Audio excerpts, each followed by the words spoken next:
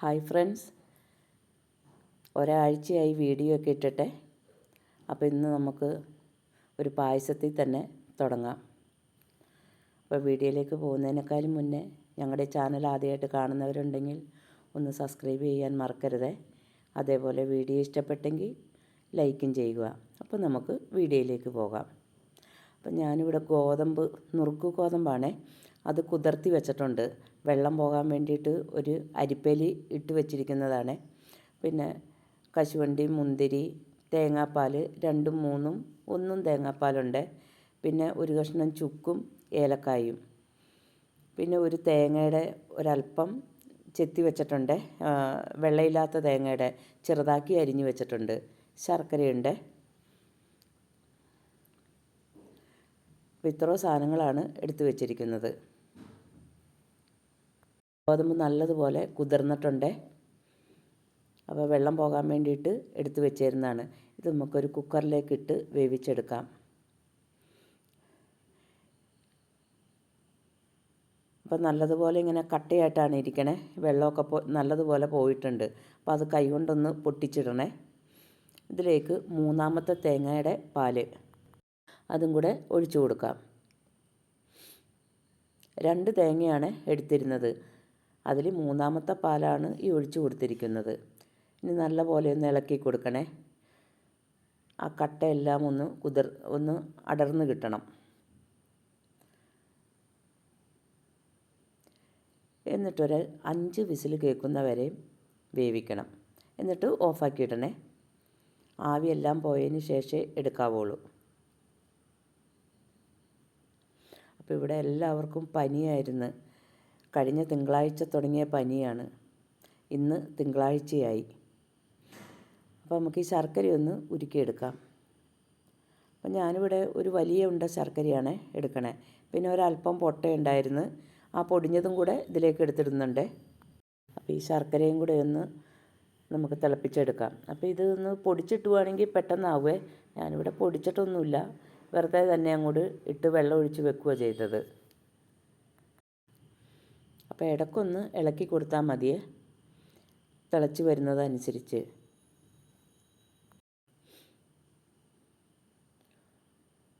അപ്പം ഞാനിവിടെ ഒരു ഉരുളി വെച്ചിട്ടുണ്ട്. ചെറിയൊരു ഉരുളിയാണ് വെച്ചിരിക്കുന്നത്. അതിലേക്ക് ഈ ശർക്കരപ്പാനി ഒഴിച്ചു കൊടുക്കാം. അപ്പോൾ ഒന്ന് അരിച്ചൊഴിക്കണേ. എന്തെങ്കിലും കരടോ മണ്ണൊക്കെ ഉണ്ടെങ്കിൽ പോന്ന് കിട്ടും.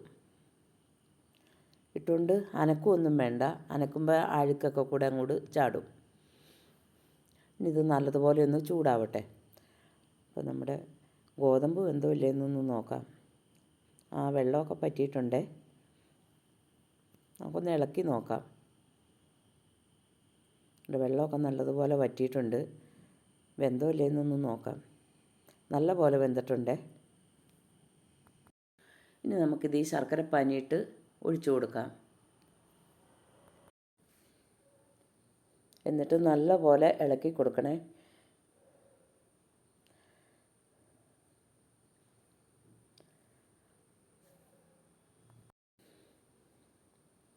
കുറേശ്ശെ കോരി ഒഴിക്കാം.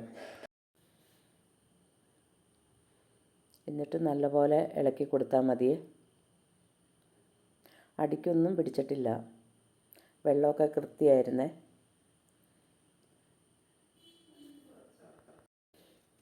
അപ്പം ഞാനിവിടെ മധുരം കുറച്ചാണേ ഉപയോഗിച്ചിട്ടുള്ളൂ.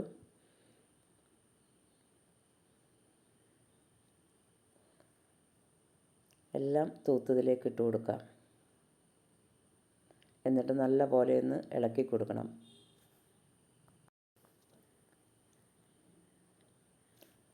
നല്ല പോലെ തിള വരുമ്പോഴത്തേനും ഇതെല്ലാം ശരിക്കും ഉടഞ്ഞ് കിട്ടുമേ.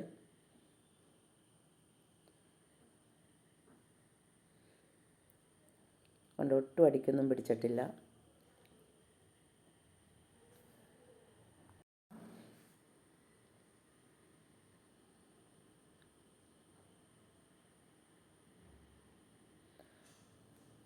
നല്ല പോലെ ഇളക്കണം. എന്നാലാണ് ആ കട്ടയായി കിടക്കുന്നതൊക്കെ മിക്സായി കിട്ടുവോളെ. തിള വരുന്നതനുസരിച്ച് അത് വിട്ട് പോന്നോളും.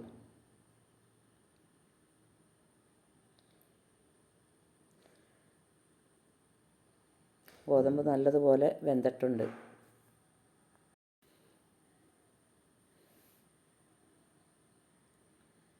ഇപ്പം തിളയൊക്കെ വന്നിട്ടുണ്ടേ.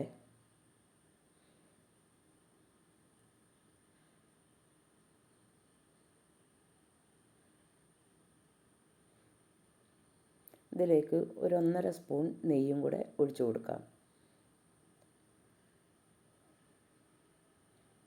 പായസത്തിൽ നെയ്യുണ്ടെങ്കിലാണ് അതിൻ്റെ ടേസ്റ്റും കൂടി വരുള്ളൂ. ആ നെയ്യ് കിടന്ന് വേകുമ്പം നല്ലൊരു മണം വരുവേ. നല്ലപോലെ അടിക്കൊന്നും പിടിക്കാതെ ഇളക്കി കൊടുക്കണം.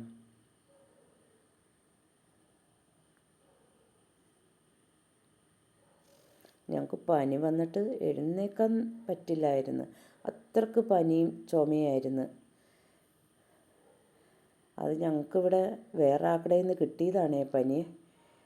ജലദോഷമുള്ള എൻ്റെ അനിയത്തിയുടെ മോനിവിടെ വന്നായിരുന്നു. അവൻ എല്ലാവർക്കും ഓടി നടന്ന് എല്ലാവർക്കും കൊടുത്തു അവൻ. ഇത് 2ാമത്തെ പാലാണ് ഈ ഒഴിക്കണേ. അതും കൂടെ ഒഴിച്ച് നല്ലതുപോലെ ഇളക്കി കൊടുക്കണം. അവൻ ചേട്ടന്മാരുടെ 2 പേരുടെയും മുറിയിൽ ഒരു ചേട്ടൻ്റെ അടുത്ത് ചെന്ന് കിടക്കും. അത് കഴിയുമ്പോൾ കുറച്ച് നേരം കഴിയുമ്പോൾ അടുത്ത ചേട്ടൻ്റെ അടുത്ത് വന്ന് കിടക്കും. ഇങ്ങനെ വന്ന് ഞങ്ങൾക്ക് 3 പേർക്കും പിടിപെട്ട്. ചേട്ടന് മാത്രം ദൈവഗുരുത്വം കൊണ്ട് ഒന്നും വന്നില്ല. അതുകൊണ്ട് ഞങ്ങൾക്ക് കഞ്ഞി വെച്ച് തരാൻ പറ്റി. അത്രക്ക് പനിയായിരുന്നു. അപ്പം എല്ലാ ആൾക്കാരും ശ്രദ്ധിക്കണേ. പനിയുള്ള ആൾക്കാരൊക്കെ വീട്ടിൽ വന്നിട്ടുണ്ടെങ്കിൽ മാസ്ക് വെച്ച് നടക്കുവോ എന്താണെന്ന് വെച്ചാൽ ചെയ്തോളണം. ടവലും കൊണ്ട് മുഖം കെട്ടുവോ. നമുക്ക് പറയാൻ എളുപ്പമാണ്, പക്ഷെ ഒന്ന് വന്നു കഴിയുമ്പോഴാണ് നമുക്കതിൻ്റെ ബുദ്ധിമുട്ട് മനസ്സിലാവുന്നത്. പ്രത്യേകിച്ച് വീട്ടിൽ കൂട്ടുകുടുംബമൊക്കെ ആണെങ്കിൽ പിന്നെ എല്ലാ ആൾക്കാരും വീട്ടിലുണ്ടെന്ന് വെക്കാം. ഇത് അമ്മയും അച്ഛനും മക്കളും തന്നെ താമസിക്കുന്നിടത്ത് എന്തെങ്കിലും ഒരു അസുഖം വന്നിട്ടുണ്ടെങ്കിൽ നമുക്ക് പിടിച്ചു നിൽക്കാൻ പറ്റില്ല. എല്ലാവരും ശ്രദ്ധിക്കണം.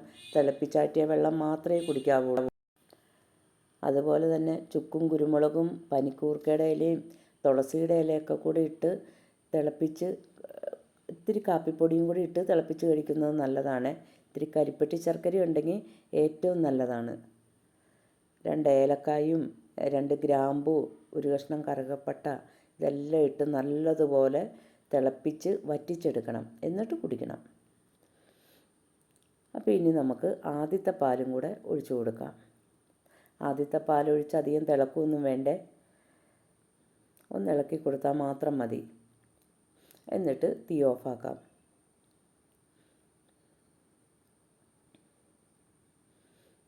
നല്ലപോലെ ഇളക്കി കൊടുക്കണം. എല്ലാ ഭാഗത്തേക്കും ആവുന്ന തരത്തിൽ.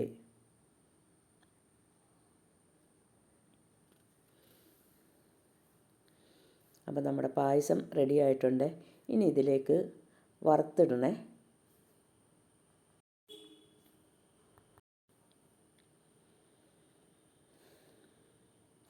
അപ്പം ഞാനൊരു ചട്ടി അടുപ്പത്ത് വെച്ചിട്ടുണ്ട്. അതിലേക്ക് 2 സ്പൂൺ നെയ്യ് ഒഴിച്ച് കൊടുക്കാം. ആദ്യമേ നമുക്ക് തേങ്ങാക്കൊത്തൊന്ന് വറുത്തിടാം. അപ്പോൾ ഇടയ്ക്ക് ഏലക്കായും ഒരു കഷ്ണം ചുക്കും കൂടെ പൊടിച്ചത് ഇട്ട് കൊടുത്തേ. പഞ്ചസാരയും കൂടെ ഇട്ട് പൊടിച്ചതാണ്. അത് പറയാൻ മറന്നുപോയി വർത്താനം പറഞ്ഞ സമയത്ത്. അപ്പോൾ നെയ്യൊന്ന് നല്ലതുപോലെ മൂക്കട്ടെ. ഇതിലേക്ക് നമുക്ക് അരിഞ്ഞു വെച്ചിരിക്കുന്ന തേങ്ങാക്കൊത്തും കൂടി ഇട്ട് കൊടുക്കാം. വെള്ളയില്ലാത്ത തേങ്ങ അരിഞ്ഞതാണ്. അപ്പം ഞാനതിൻ്റെ ആ ചിരട്ടയുടെ ഭാഗത്തേക്ക് ചെത്തിക്കളഞ്ഞ് നല്ലതുപോലെ ഒന്ന് മൂക്കട്ടെ.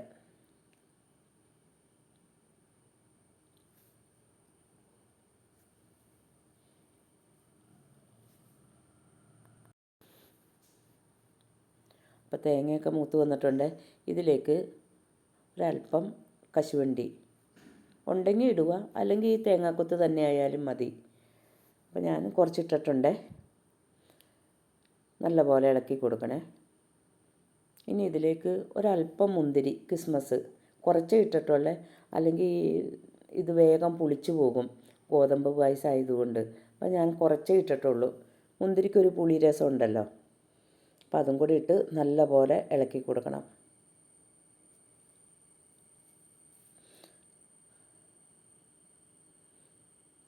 അപ്പോൾ മുന്തിരിയൊക്കെ വീർത്ത് വരുന്നുണ്ട്. അണ്ടിപ്പരിപ്പൊക്കെ നല്ലോണം മൂത്തിട്ടുണ്ട്. ഇനി നമുക്കിത് പായസത്തിലേക്ക് ഒഴിച്ചു കൊടുക്കാം. അപ്പോൾ ഇന്നത്തെ ഞങ്ങളുടെ വീഡിയോ ഇഷ്ടപ്പെട്ടെങ്കിൽ ലൈക്ക് ചെയ്യാൻ മറക്കരുത്. അതേപോലെ ആദ്യമായിട്ട് കാണുന്നവരുണ്ടെങ്കിൽ ഒന്ന് സബ്സ്ക്രൈബ് ചെയ്യാനും മറക്കരുത്.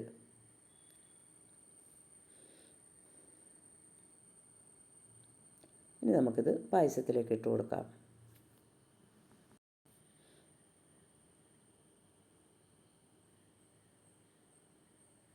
അപ്പോൾ ഇങ്ങനൊരു ഗോതമ്പ് പായസം ഉണ്ടാക്കാൻ ആരും മറക്കരുത്. എല്ലാവരും ഒന്ന് ഉണ്ടാക്കി നോക്കണേ. പെട്ടെന്ന് ഉണ്ടാക്കാവുന്ന ഒരു പായസമാണ്. ഇനി നല്ലതുപോലെ ഒന്ന് ഇളക്കി കൊടുക്കണേ.